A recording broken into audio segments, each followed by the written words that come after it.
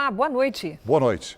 Um criminoso roubou um caminhão avaliado em R$200 mil em Atibaia, interior de São Paulo. Houve perseguição. Na fuga, ele atropelou e matou uma idosa antes de ser preso.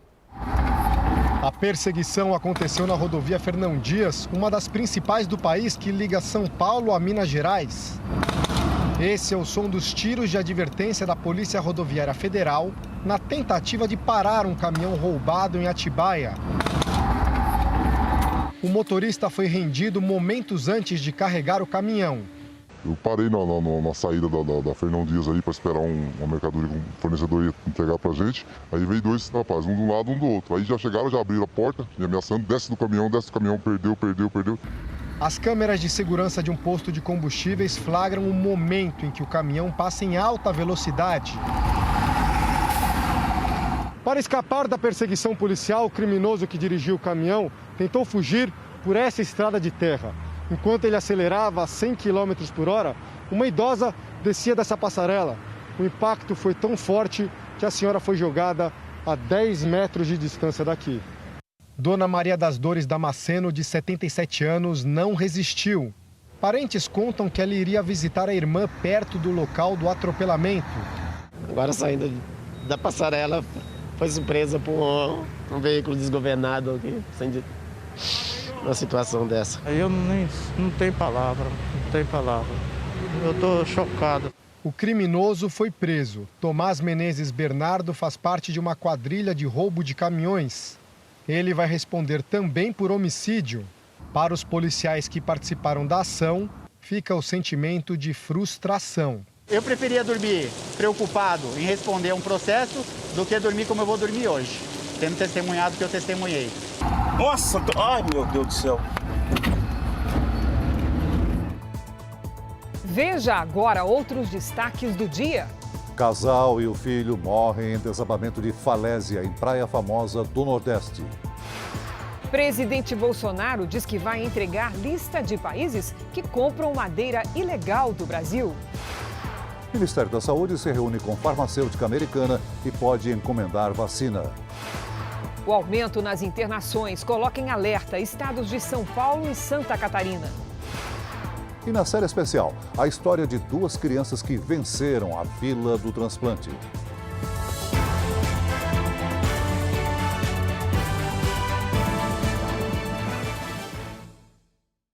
Oferecimento Bradesco. Pague, receba e transfira grátis no Pix.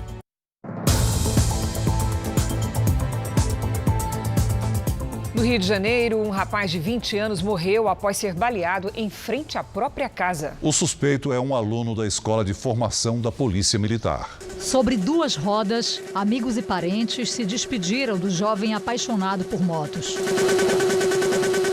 Rômulo Gabriel Faria foi morto a tiros no portão de casa em Duque de Caxias, na Baixada Fluminense. De repente, o meu primo chegou no carro. Quando ele desceu, acho que ele se assustou com alguma coisa e pensou que era alguma coisa assim. E quando a gente foi ver, ele atirou. Eu falei, é o Gabriel, é o Biel. Aí ele mesmo assim fez o disparo.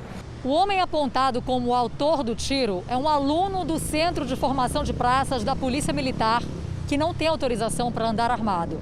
De acordo com testemunhas, o suspeito teria apresentado sinais de embriaguez e fugido logo depois do disparo. A Polícia Militar vai abrir um procedimento interno para apurar as circunstâncias do crime e saber quem estaria com a arma. Até o momento, o PM em formação está em liberdade. Os parentes revoltados garantem que a vítima nunca teve qualquer envolvimento com o crime. O sonho dele era ter uma moto grande, viajar. Sonhador, o menino era sonhador. Isso me dói muito, porque o sonho dele foi encerrado.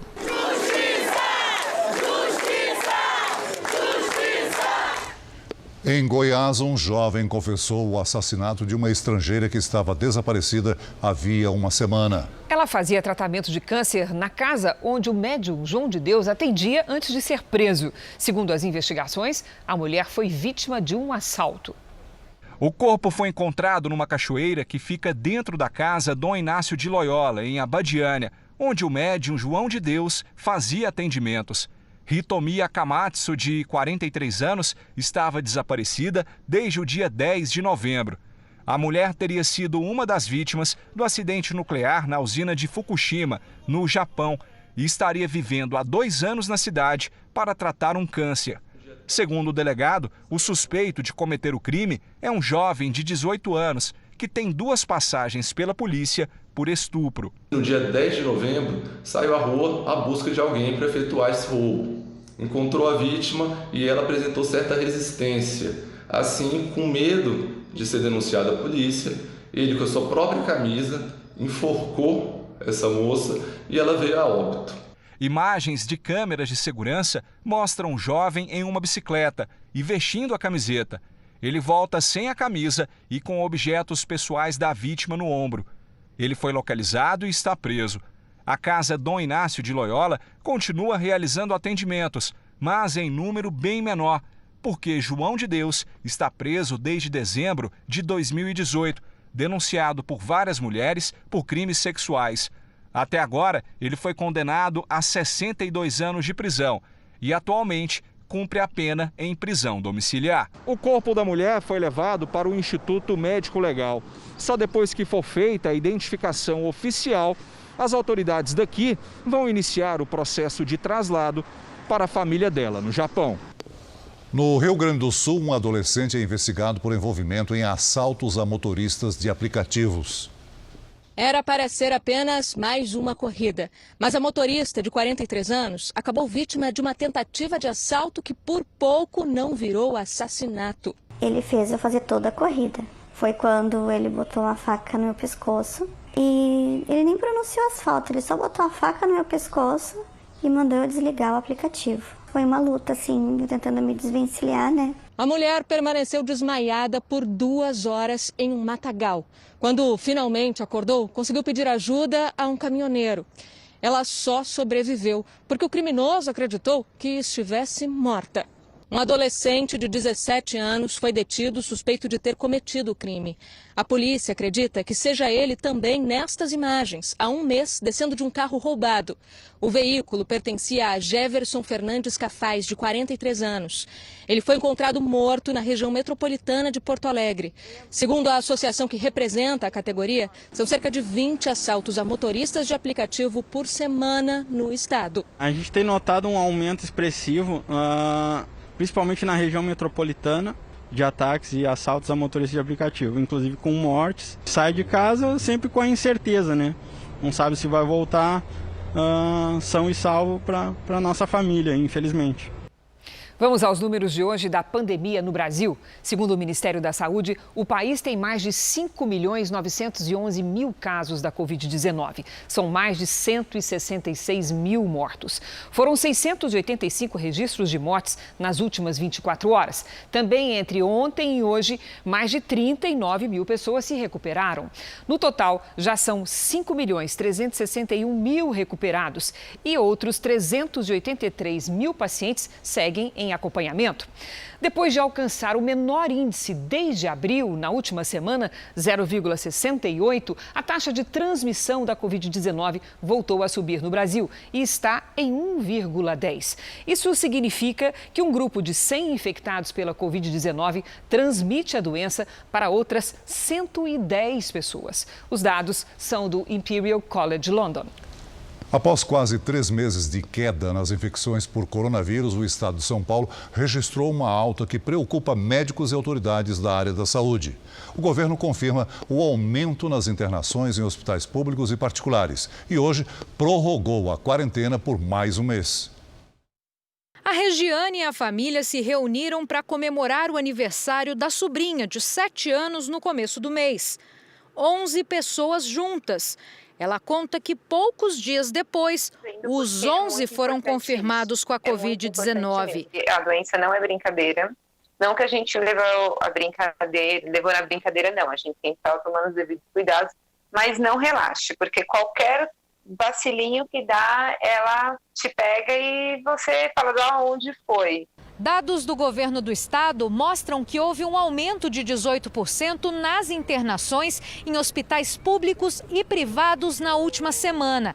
A pior situação é na Grande São Paulo. A ocupação de leitos de UTI na região metropolitana era de 42% no mês passado e hoje passou para mais de 48%. Este infectologista afirma que um dos motivos para esta alta é o afrouxamento das medidas de distanciamento social, como aglomerações em bares e restaurantes. A primeira coisa ela é individual. As pessoas que saem de casa, que vão trabalhar, que vão se divertir, têm que entender que a epidemia não acabou. Então não é hora de prescindir de máscaras, não é hora de exagerar nas atividades, especialmente de lazer, não é hora de aglomerações, não é hora de tirar as precauções que nós fazemos. O estado de São Paulo está em quarentena há 8 meses e a medida foi prorrogada até 16 de dezembro. O plano de reabertura da economia permitiu que algumas atividades voltassem conforme a melhora dos índices de infecção. O governo ainda não sabe se vai ser preciso voltar às medidas mais restritivas, o que só deve ser divulgado no próximo dia 30. Isso pode ser considerado, doutor, uma segunda onda? Está cedo ainda. Nós estamos observando um aumento no número de casos. Os hospitais estão voltando a ficar cheios, mas não temos ainda dados de tempo suficiente para dizer se é verdadeiramente uma segunda onda. A governadora em exercício de Santa Catarina, Daniela Rainer, testou positivo para a Covid-19. Com sintomas leves, ela entrou em isolamento e vai seguir a agenda de forma remota. O medo de uma possível segunda onda da doença leva prefeituras de algumas cidades a repensar medidas restritivas. A Prefeitura de Joinville, a maior cidade de Santa Catarina, decretou novas restrições que entram em vigor nesta quarta-feira. As medidas afetam academias, supermercados, shoppings e o comércio em geral, incluindo bares e restaurantes. A ocupação de público nesses estabelecimentos foi reduzida para 30% da capacidade. As novas regras visam conter o avanço do contágio pelo coronavírus. Os médicos reforçam a importância de manter as regras sanitárias, como o uso de máscaras, distanciamento e álcool gel. O relaxamento da população pode levar a um novo pico da doença. Aqui em Florianópolis, por exemplo, a taxa de ocupação de leitos de UTI está em 86%. O ideal é que estivesse abaixo de 70%. A Prefeitura prometeu aumentar a fiscalização e descartou uma nova quarentena. 6 hospitais do estado estão com todos os leitos ocupados. Depois de 8 meses, estudantes da rede municipal do Rio de Janeiro voltaram às aulas presenciais. Por enquanto, a retomada é apenas para os alunos do 9º ano. 4 dias por semana e turnos reduzidos. A presença ainda não é obrigatória. Quem preferir pode continuar os estudos online.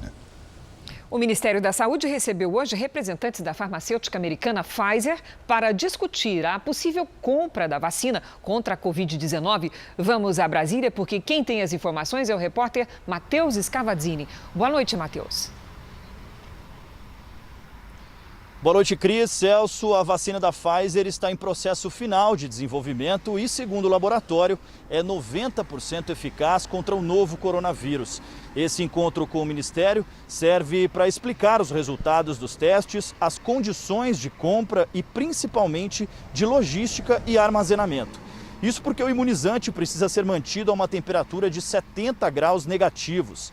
A Pfizer espera entregar 50 milhões de doses neste ano em todo o mundo e mais de 1 bilhão e 300 milhões de doses no ano que vem. De Brasília, Matheus Scavazini. Obrigada, Matheus. O presidente Trump decidiu retirar milhares de soldados americanos do Iraque e do Afeganistão poucas semanas antes de deixar o poder. Já o presidente eleito Joe Biden anunciou novos integrantes de sua equipe, mesmo sem as informações e recursos para tocar na transição de governo. Os principais conselheiros do presidente eleito serão os mesmos que o auxiliaram durante a campanha. Biden recebeu um telefonema do primeiro-ministro de Israel, Benjamin Netanyahu, um dos maiores apoiadores de Trump, mas que já o havia parabenizado pouco depois da confirmação da vitória. Segundo a assessoria do israelense, os dois concordaram em se encontrar em breve para reforçar a aliança entre os países. Donald Trump não comentou a conversa entre os líderes e, pela 10ª vez desde a eleição, a agenda do presidente segue sem compromissos públicos. Trump continua negando à equipe de Biden acesso aos relatórios de segurança nacional. O presidente tomou a decisão de retirar 2.500 homens do Iraque e Afeganistão antes de janeiro, quando acaba seu mandato. De acordo com o Departamento de Defesa, a iniciativa é coerente com o que Trump prometeu aos americanos. Ainda nesta edição, o relato da menina que escapou por pouco de ser atingida por um raio. E na série especial, a história do bebê Paulo Vitor, que mesmo infectado pelo coronavírus, conseguiu fazer um transplante.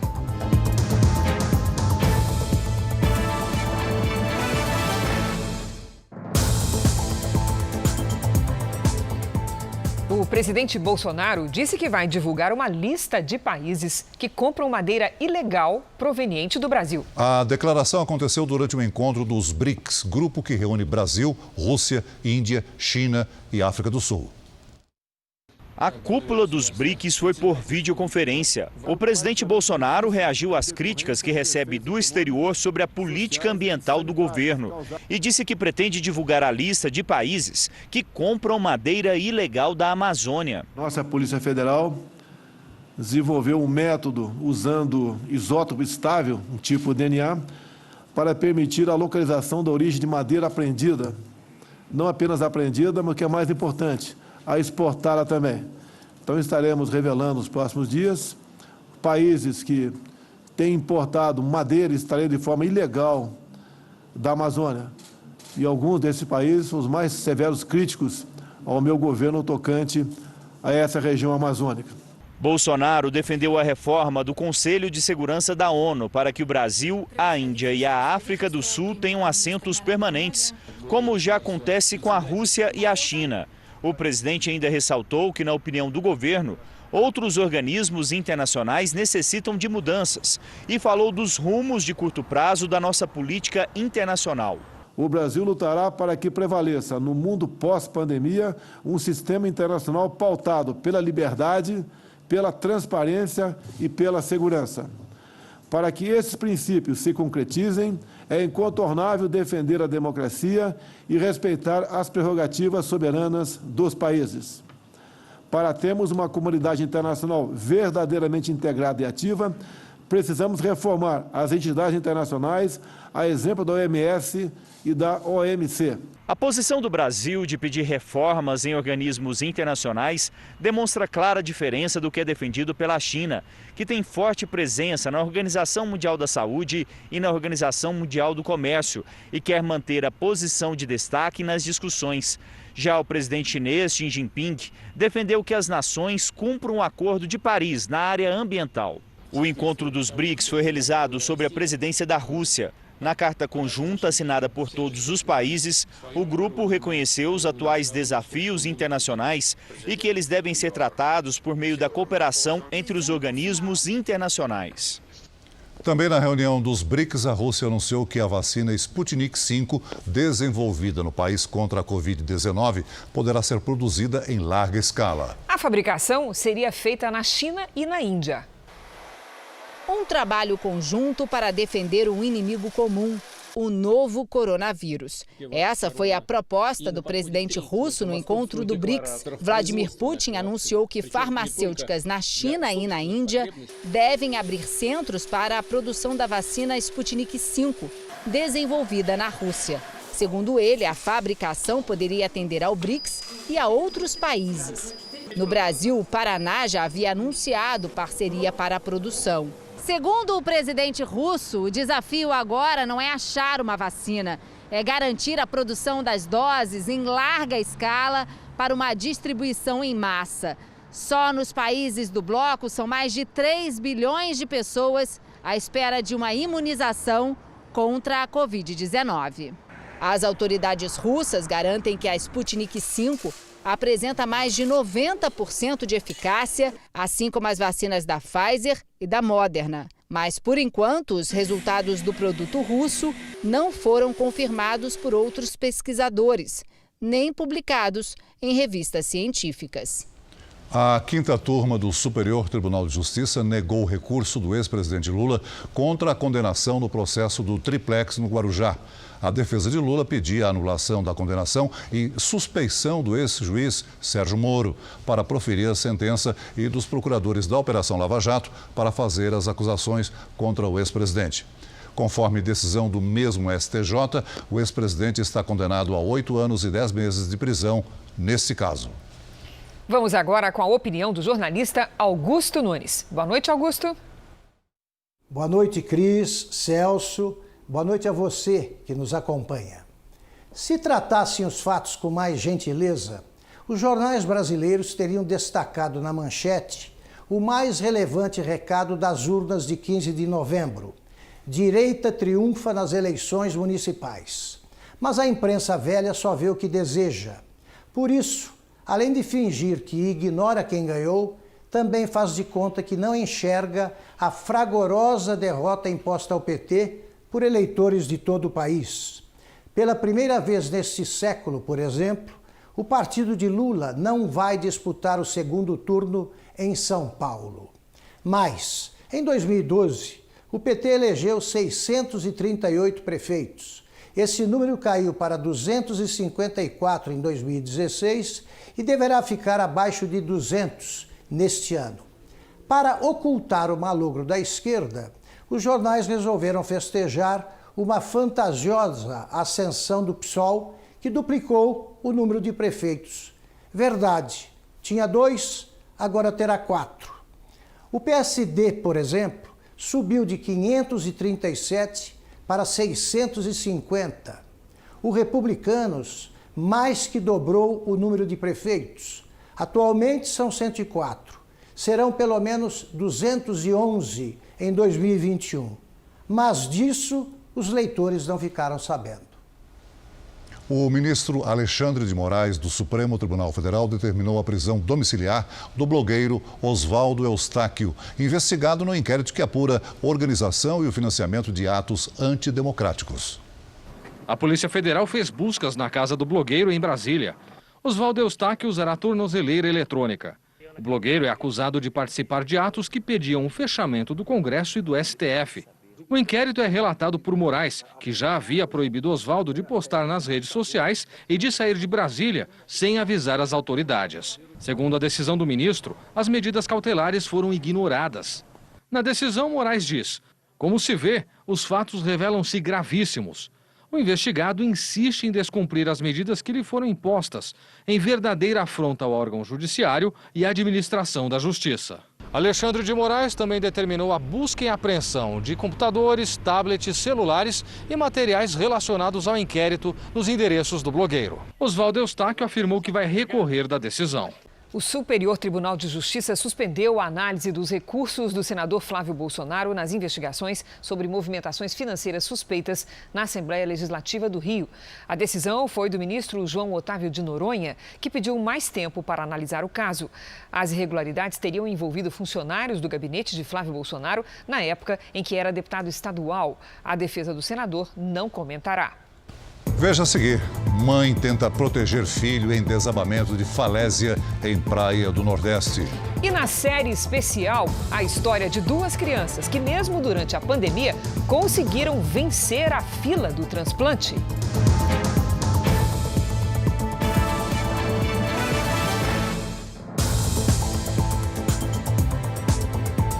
Nos Estados Unidos, quase 100 mil ex-integrantes de um grupo de escoteiros pediram indenização por suposto abuso sexual. As ações foram protocoladas ontem no maior caso desse tipo na história do país. Os abusos teriam sido cometidos ao longo de décadas. A Associação dos Escoteiros da América reconhece a existência dos crimes. A entidade está em processo de falência na justiça americana. Na China, um diplomata britânico salvou uma adolescente que estava se afogando num local turístico. O vídeo do resgate viralizou e ele se tornou um herói entre os chineses. O cônsul-geral Stephen Ellison, de 61 anos, pulou no rio quando viu a jovem. Com a ajuda de uma boia salva-vidas lançada em direção a eles, Ellison levou a estudante para a margem. Logo, ela voltou a respirar e recuperou a consciência. No Rio de Janeiro, a Polícia Ambiental e o Instituto INEA, Instituto Nacional de Meio Ambiente, descobriram um local onde galos de briga participavam de rinhas. Mais de 100 animais foram apreendidos. O ringue ainda estava montado quando a polícia chegou. Era aqui que os galos eram colocados para brigar muitas vezes até a morte. As disputas envolviam dinheiro e atraíam pessoas da cidade inteira. A suspeita é de que o espaço era explorado pela milícia, que domina alguns bairros da zona oeste do Rio. Os agentes foram ao local inicialmente para checar irregularidades no descarte do lixo. E na chegada, se surpreenderam com outra situação. Ao todo foram encontrados quase 100 galos. As aves ficam armazenadas em locais como este aqui, separadas em baias improvisadas e em péssimas condições, sem água e sem comida. Muitos estão machucados e com medo, como este aqui, que se escondeu ao me ver. Em meio ao lixo espalhado por toda a parte, também havia outros animais. Todos foram apreendidos e levados para um local de tratamento veterinário. Durante a ação, 3 pessoas foram presas. Quase 2 milhões de pessoas foram vítimas de algum tipo de golpe virtual na internet em outubro. O número cresceu 127% em relação a setembro. Enquanto você assiste a esta reportagem, 98 pessoas são vítimas de algum golpe pela internet no Brasil. São 71 mil casos por dia. No mês de outubro, foram identificados 109 mil golpes, um crescimento de 127% em relação aos 30 dias anteriores. Foram quase 2 milhões de vítimas. São Paulo, Rio de Janeiro e Minas Gerais concentram o maior número de casos. O levantamento é de uma das maiores empresas de segurança digital que atuam no país. Com a pandemia, as pessoas passam mais tempo em casa, ficam mais online, trocam as compras presenciais pelas digitais e se acostumam com o ambiente dos smartphones, dos computadores. Só que esse movimento faz com que muitos criminosos também troquem as ruas pela internet. Cristiano mora na Grande São Paulo. Recebeu no telefone a mensagem de uma compra de R$ 3 no cartão de crédito na Bahia. 13 minutos depois, outra mensagem. Mais uma compra de R$ 1.958. Por sorte, o banco bloqueou a transação. É um susto. É porque mexe, né, com você, né? Invade sua privacidade ali, seu cartão, é financeiro, alguma coisa assim que você batalhou para ter. O presidente da Comissão de Direito Digital da OAB São Paulo diz que quanto mais dados a internet tiver de você, mais risco você corre. É necessário, por exemplo, que você não deixe os seus dados do cartão salvos. Você não dê esses atalhos que fazem com que as suas informações fiquem armazenadas em plataformas. Porque se houver uma vulnerabilidade dessa plataforma, os seus dados vão estar ali expostos. Cristiano não chegou a ter prejuízo financeiro, mas perdeu tempo e tranquilidade. As contas que são vinculadas nesse cartão, você tem que cancelar, retrocar tudo por causa da numeração, tudo isso, aí gera um pouco de transtorno. No Rio de Janeiro, uma adolescente de apenas 13 anos já tem uma história e tanto para contar. Ela escapou, Celso, por muito pouco de ser atingida por um raio. Nem todas as pessoas têm a mesma sorte que eu tive. Depois do susto, a Júlia viu de perto do que escapou. O depósito de bebidas ficou destruído. A árvore atingida pelo raio foi arrancada do chão com a raiz e tudo. Foi parar do outro lado da rua. A menina passava bem na hora que ouviu uma explosão. De repente, a árvore caiu. Por pouco, ela não foi atingida. Eu vi a árvore, tipo assim, balançando. Aí quando eu andei, nisso que eu olhei para trás de novo, eu só vi o clarão assim em mim, tipo fogo, faísca. Aí foi na hora que eu consegui pular e sair correndo. Esse mecânico foi quem fez a gravação. Um susto danado, a vizinha correu aqui para dentro da loja. No momento estava passando um carro, se não tem essa construção aqui, essa árvore com certeza cairia em cima do carro. A Júlia estava exatamente aqui onde eu estou. Ela estava indo para a farmácia comprar remédio para a avó. A árvore que caiu ficava bem ali, ó, dentro do terreno da unidade de pronto atendimento. Uma moradora chegou a avisar para ela tomar cuidado. Foi questão de segundos. A mãe da Júlia, Jaqueline, que estava no portão de casa, viu tudo. Só vi aquela explosão azul, tudo azul, caindo e minha filha sumiu. Foi horrível, eu pensei que minha filha estava morta. Na hora da queda do raio não chovia, mas ventava muito. Esse meteorologista explica que o fenômeno é o resultado da combinação de calor com a umidade. Como é que acontece o raio? O raio ele é resultado de um campo elétrico que é formado na nuvem. Então, a nuvem, quando está se intensificando, ela intensifica um campo elétrico entre a nuvem e o solo. E esse campo elétrico, com o desenvolvimento na nuvem, vai se tornando cada vez mais forte até que ele rompe o isolamento elétrico do ar. O comércio atingido estava vazio porque não abre às segundas-feiras. Por sorte, ninguém ficou ferido. Sexta-feira vai ter agora o outro aniversário dela. Ela faz dia 30 e agora dia 16 de novembro também. Parte de uma falésia desabou e matou um casal e o filho deles na praia de Pipa, no Rio Grande do Norte, um dos pontos turísticos mais famosos do país. A queda teria sido provocada pela maré alta. As ondas do mar chegaram ao pé das falésias nesta madrugada. Hugo Pereira, a mulher dele, Estela Marinho, o filho e o cachorro aproveitavam o dia de folga. Eles moravam há alguns anos na praia de Pipa. A família estava exatamente nesse local, tomando sol, quando a falésia cedeu. A população ainda chegou a tentar resgatar o homem e a mulher, mas eles morreram no local. A criança de apenas 1 ano e 5 meses foi retirada. Ela recebeu ainda uma massagem cardíaca, mas infelizmente não resistiu. Quem estava na praia chegou a alertar as vítimas sobre o risco de ficar tão perto das falésias. Avisaram que é perigoso. O avanço da maré pode ter provocado o deslizamento. Segundo os moradores, é comum as falésias cederem no inverno, mas não no verão. A praia de Pipa não tem sinalização para indicar os perigos no local. A Defesa Civil do Estado afirmou que vai acelerar o processo de mapeamento geográfico que está sendo feito na área. O município de Tibau do Sul, ele já contratou o geólogo que já fez a inspeção em toda a área da Praia do Madeiro, a Praia do Amor, já fez todo esse levantamento desses pontos, dessas áreas de risco.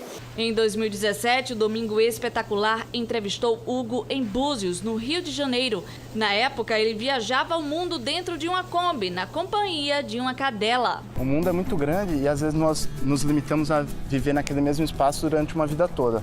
Eu acho que nossa passagem aqui é muito curta, então temos que dar a liberdade de conhecer o máximo possível de outras culturas, outros países, outras pessoas, outras vidas e compartilhar disso. Uma explosão numa distribuidora de gás de cozinha no Rio Grande do Sul matou uma pessoa e deixou outras 2 feridas. Uma câmera de segurança registrou o momento da explosão em uma das plataformas onde botijões eram armazenados. Ao fundo, é possível ver a coluna de fumaça. Um jovem de 24 anos morreu. Outros 2 funcionários foram levados em estado grave para o hospital. Segundo testemunhas, a explosão foi sentida em vários bairros de Pelotas. O Corpo de Bombeiros isolou o local. Em nota, a empresa lamentou o acidente e disse que prestará assistência às famílias das vítimas. O gerente de uma loja de eletrodomésticos foi vítima de racismo em Minas Gerais. Uma cliente se recusou a ser atendida por ele, que é negro. O funcionário ganhou o apoio de todos os colegas de trabalho. O cartaz é para receber o funcionário que chega para o trabalho num shopping em Governador Valadares, leste de Minas. Depois do abraço afetuoso, outra surpresa. Todos os colegas da empresa também têm nas mãos frases de otimismo e de repúdio à discriminação. Foi na solidariedade que Bruno Mendes, de 29 anos, encontrou forças para seguir adiante. Bruno é gerente de uma loja no shopping. Testemunhas disseram que no sábado à noite, já no finzinho do expediente, uma senhora se aproximou e quis saber quem era o responsável pela empresa. Bruno se apresentou e a idosa, perplexa, teria dito: como pode uma loja tão grande ter um negro como gerente? Bruno perdeu a voz. Sem reagir, foi para o fundo da loja e chorou. Chorei de raiva por pessoas sentirem o que eu senti, entendeu? Não só por mim. Acho que por falar, poxa, existe mesmo e tem gente que sofre com isso. É mais uma história de uma triste estatística no Brasil. De acordo com o Anuário de Segurança Pública divulgado em outubro, os casos de injúria racial saltaram de pouco mais de 9.100 em 2018 para mais de 11.000 em 2019. Estão mascaradas por aí, mas ainda existem. Isso nunca pode acontecer em lugar nenhum do mundo. A cliente que ofendeu Bruno ainda não foi identificada. Se fosse para mim escolher uma penalidade para essa senhora, a penalidade seria que ela assistisse o vídeo e falasse, poxa, o que eu fiz? O governo atualizou as projeções para o PIB e a inflação neste ano. O PIB, que é a soma de todos os bens e serviços produzidos pelo país, deve ter uma queda de 4,5% em 2020. Antes, a baixa era um pouco maior, de 4,7%. Já a inflação deve ser mais alta. Antes, a previsão era de 1,83%. Agora, o índice deve subir 3,13%. O principal motivo para isso é o preço dos alimentos. Na reta final do ano, a indústria surpreende e mostra que já conseguiu retomar a produção e o faturamento como antes da pandemia.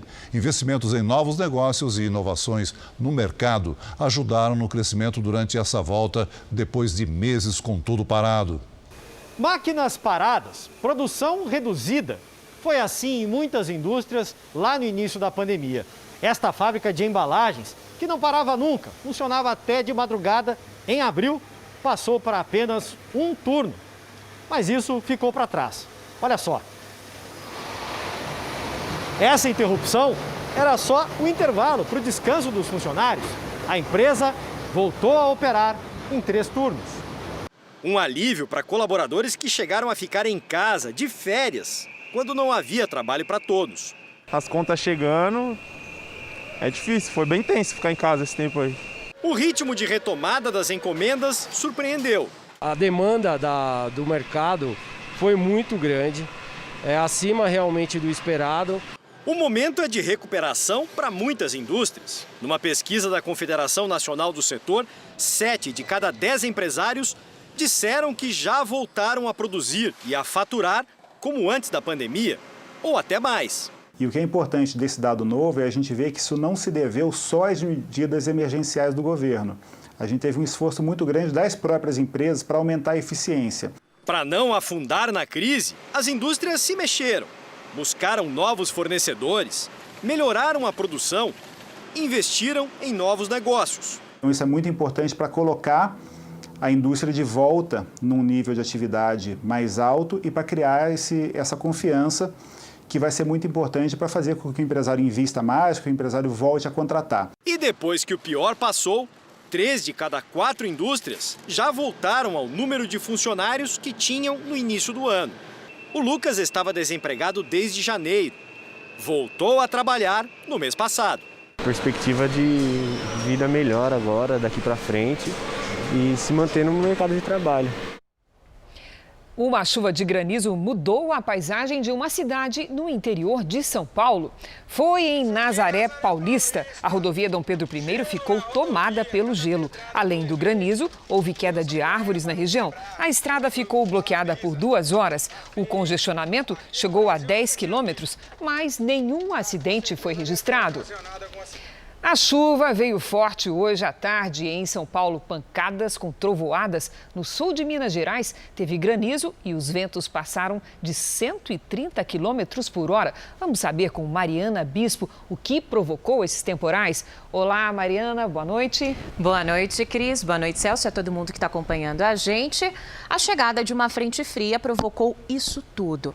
Boa noite para você também. Amanhã ela avança para o Espírito Santo e mantém as nuvens carregadas. Tem alerta para alagamentos e deslizamentos no Rio de Janeiro, no Espírito Santo e atenção, porque no sul de Minas o risco de granizo continua.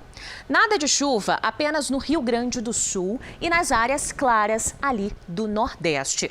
Entre Goiás e Roraima, pancadas de chuva rápidas. Em Florianópolis faz 21 graus, em Campo Grande 28, em Salvador faz 29, em São Luís 31. Em Porto Alegre, sol e 23 graus. Em Aracaju, 32. No Rio de Janeiro e em São Paulo, tempo chuvoso. Máximas de 26 e 20 graus. É com você, Cris. Obrigada, Mari. A Colômbia foi atingida pela primeira vez na história por um furacão de categoria 5, a mais alta na classificação deste fenômeno natural. O presidente Iván Duque afirmou que a tempestade destruiu 98% das estruturas da ilha de Providência. Os ventos chegaram a 250 km por hora, derrubando árvores e danificando os telhados das casas.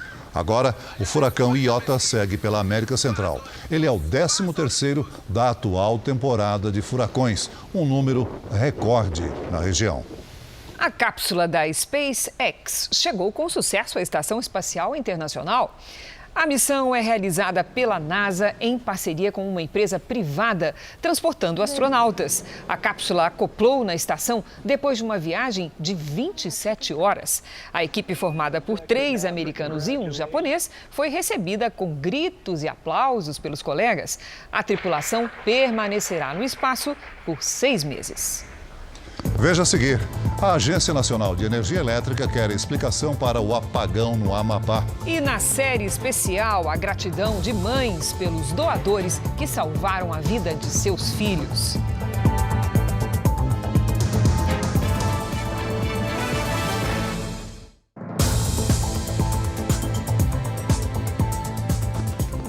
De contaminações em alguns países da Europa começou a achatar. França e Alemanha já veem uma redução no número dos casos diários de coronavírus. Na Alemanha, os números já não estão aumentando de forma drástica como antes. Hoje foram 13 mil novos casos, número bem menor que o registrado há quase um mês. Mesmo assim, a chanceler Angela Merkel disse que a situação continua muito séria e enfatizou que é preciso reduzir o contato social. Na França, o ministro da Saúde disse que o controle em relação à disseminação está sendo retomado, mas que ainda é muito cedo para aliviar o confinamento parcial no país. Mesmo com as restrições e poucos compradores em vista, as tradicionais vitrines de Natal já iluminam a capital, Paris, e trazem esperança de um fim de ano melhor. Da Europa para o Japão, porque os atletas das Olimpíadas de Tóquio não vão ser obrigados a se vacinar contra a Covid-19. Vamos ao vivo conversar com a nossa correspondente lá em Tóquio, Silvia Kikuchi, que tem as informações. Bom dia para você, Silvia. Olá, Cris, Celso, todos que nos acompanham. A declaração foi feita pelo presidente do Comitê Olímpico Internacional, Thomas Bach. Segundo ele, exigir uma vacina seria ir longe demais. Mas Bach pediu para que atletas e torcedores ajudem a se proteger caso uma vacina esteja disponível até o início dos Jogos em julho de 2021. Durante a visita a Tóquio, Barra disse também que enfermeiras, médicos e profissionais de saúde deveriam ser os primeiros na fila da imunização, à frente dos atletas, que são jovens e estão longe dos grupos de risco. Cris, Celso, com vocês. Obrigada, Silvia. Há 2 semanas, cidades do Amapá vivem uma crise no fornecimento de energia. Os geradores que chegaram de Manaus para ajudar estão numa zona portuária do município de Santana, que fica a 20 quilômetros da capital, Macapá. A próxima etapa é o transporte desses equipamentos para 2 usinas térmicas. A medida é provisória, após 15 dias sem energia. O problema atinge moradores de 13 cidades do estado. Aqui em Brasília, durante a audiência pública com parlamentares, o diretor-geral da Agência Nacional de Energia Elétrica, ANEEL, classificou como inadmissível o que ocorreu no Amapá.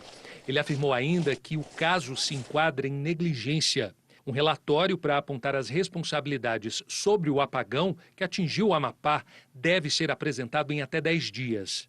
Não vamos apurar somente a causa da falta do serviço de energia no Amapá e apresentar as medidas corretivas, como também vamos apurar responsabilidades e aplicar punições.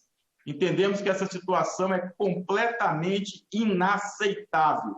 O diretor-geral da ANEEL ainda garantiu que a prioridade é o restabelecimento de 100% da carga de energia no Amapá. Preocupações de todos nós, é claro, é restabelecer a normalidade nos suprimentos do Estado. Em relação às eleições adiadas por causa do apagão, a previsão é que o Tribunal Superior Eleitoral mantenha o primeiro turno em Macapá no dia 13 de dezembro, e o segundo turno no dia 27.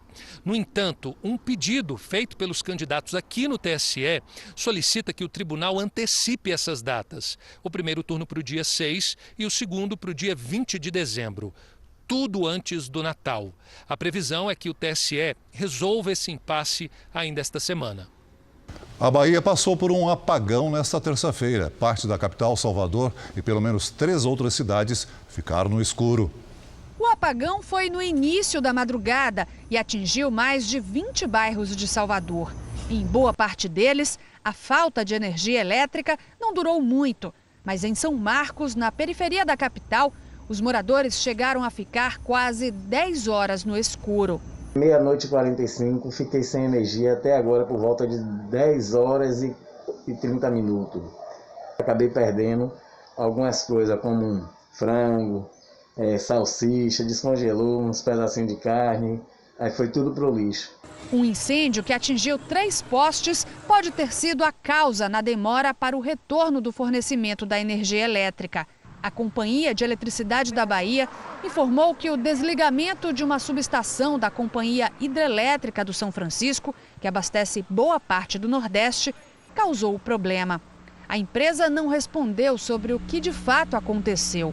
As causas do apagão estão sendo investigadas pelo Operador Nacional do Sistema Elétrico, responsável por monitorar o fornecimento de energia em todo o país. O órgão disse em nota que o desligamento automático da subestação interrompeu cerca de 360 megawatts de carga de energia. Além de Salvador, pelo menos outros 3 municípios do interior baiano também foram afetados pela falha no fornecimento. Ela pode ter afetado em torno de 300 mil consumidores. Geralmente, a interrupção do fornecimento ela não provoca danos às instalações e equipamentos, né? Por outro lado, a retomada, o restabelecimento da energia, ela pode sim provocar danos a equipamentos mais sensíveis, como televisões e computadores. Agora, uma cena triste no Pantanal. A seca prolongada fez com que centenas de jacarés ficassem atolados num açude que secou. O registro foi feito em Corumbá, em Mato Grosso do Sul. A região vive a pior estiagem dos últimos 50 anos. A Embrapa informou que está acompanhando o caso. E agora uma cena curiosa no Cazaquistão. Um lago do país ficou rosa após um bando de flamingos se agrupar durante a rota de imigração. De longe, os animais pareciam até uma ilha no meio da água. Segundo especialistas, a cena é comum, já que os flamingos costumam deixar a região por conta do frio. E durante o trajeto, usam o lago como uma parada para o descanso. Olha, durante a pandemia, a fila do transplante de órgãos quase parou. Mas para uma adolescente e um bebê, o risco de um contágio foi enfrentado. Os dois venceram. Eles seguem agora na recuperação e com esperança de uma vida muito melhor.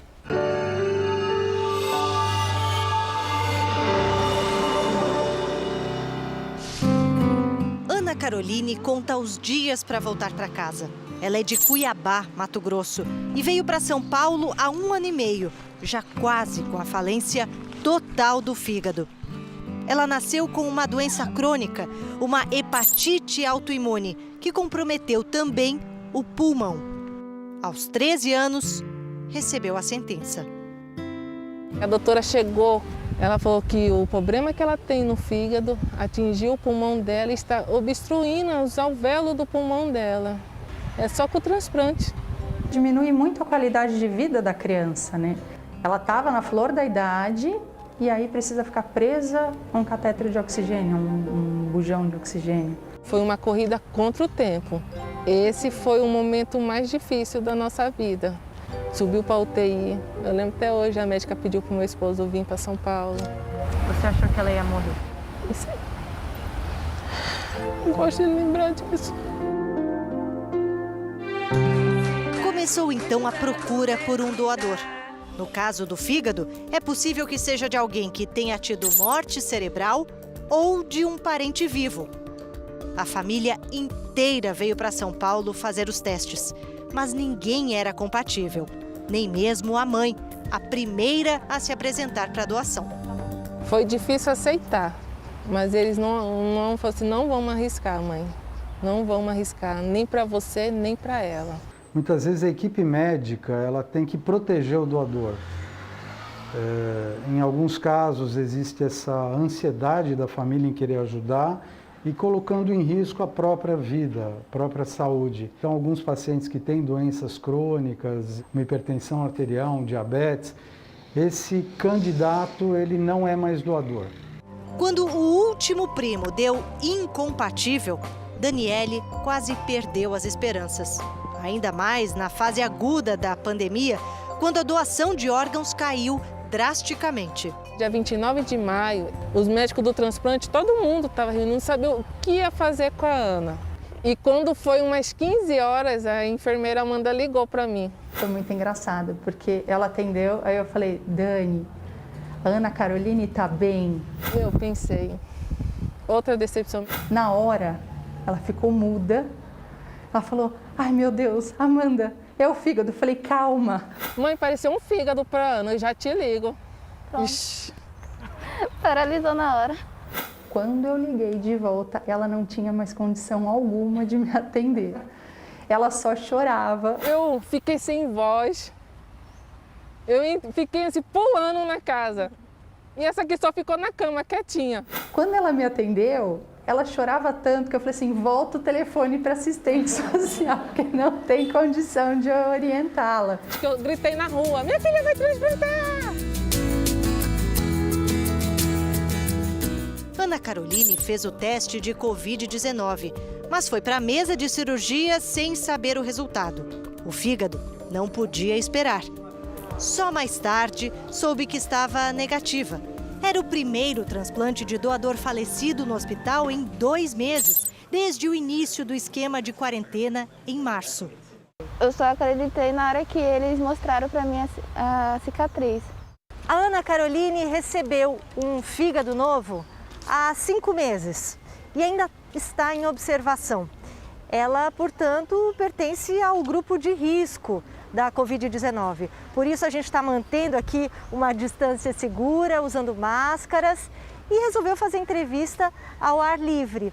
Agora, caminhar assim pelo parque era uma coisa impensável para você no começo do ano, né? Sim, era. Agora tem que andar mais para voltar. E hoje você puxa a orelha dela, né? Sim, hoje você não tem mais oxigênio. Bora andar, bora correr. Bora voar. Isso. Hoje é vida nova, graças a Deus. E graças a uma família que aceitou doar os órgãos de uma pessoa querida, já com morte cerebral. Não foi só ela, foi mais pessoas que esse doador salvou. Eu agradeço infinitamente pelo sim. O sim que eles deram em salvar a vida da minha filha.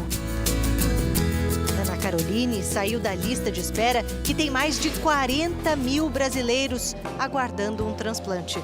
Até setembro, 1.120 desses pacientes eram crianças. Nos primeiros 6 meses desse ano, 47 delas morreram na fila de espera. Porque muitas vezes, quando falaram que eu ia perder ele, eu acabava meu chão. Paulo Vitor nasceu saudável em Itaberaí, interior de Goiás. Foi depois que completou 1 ano de idade que a família descobriu que o fígado dele não funcionava bem. Paulo Vitor entrou na fila do transplante e depois de 3 meses, Meirielle recebeu a ligação. Havia aparecido um doador de fígado em Brasília. Era também de um bebê que tinha sofrido morte encefálica. Um avião da Força Aérea Brasileira trouxe o órgão até São Paulo, onde Paulo Vitor já estava sendo preparado para a cirurgia. Assim como Ana Caroline, ele foi operado por meio do PROAD SUS, um programa que reúne 5 hospitais privados filantrópicos em São Paulo e o Ministério da Saúde. Como ela, o menino também fez o teste de Covid-19 e o resultado só saiu depois da cirurgia. Mas dessa vez foi positivo. A equipe do Dr. Eduardo Fonseca, o mesmo que tinha operado a adolescente, seguiu todos os protocolos para evitar a contaminação. Se por um lado tínhamos uma necessidade frente a uma pandemia, por outro lado sabíamos que estávamos dentro de um hospital que tinha condições de separar esses fluxos e dar segurança para o paciente e para a equipe médica. Então, apesar do desafio que foi o transplante, estávamos seguros de que tudo ia dar certo. Me bateu um aperto no coração pela outra dor da outra mãe, né? Mas graças a Deus ela teve a consciência de doar, né? Porque é poucas que tem, né? Há 2 meses, Paulo Vitor está em observação numa casa de apoio em São Paulo. Sério, meio desconfiado, ele vai se acostumando aos poucos com a câmera e com um mundo novo que tem pela frente. Deu um fígado novo para ele, uma bateria nova. Porque não quieta. Ele não fica quieto. Não quieta. Agora tá querendo andar, ninguém segura ele. Agora é vida nova, seguir a vida pra frente, né, meu amor? Com muita saúde. Tá na hora de ajudar a reduzir o tamanho dessa fila, Celso. Assumir a doação, né? O Jornal da Record termina aqui. A edição de hoje na íntegra e também a nossa versão em podcast estão no Play Plus e em todas as nossas plataformas digitais. E à 00:30 tem mais Jornal da Record. Fique agora com a novela Amor Sem Igual. A gente se vê amanhã. Até lá. Boa noite e até amanhã.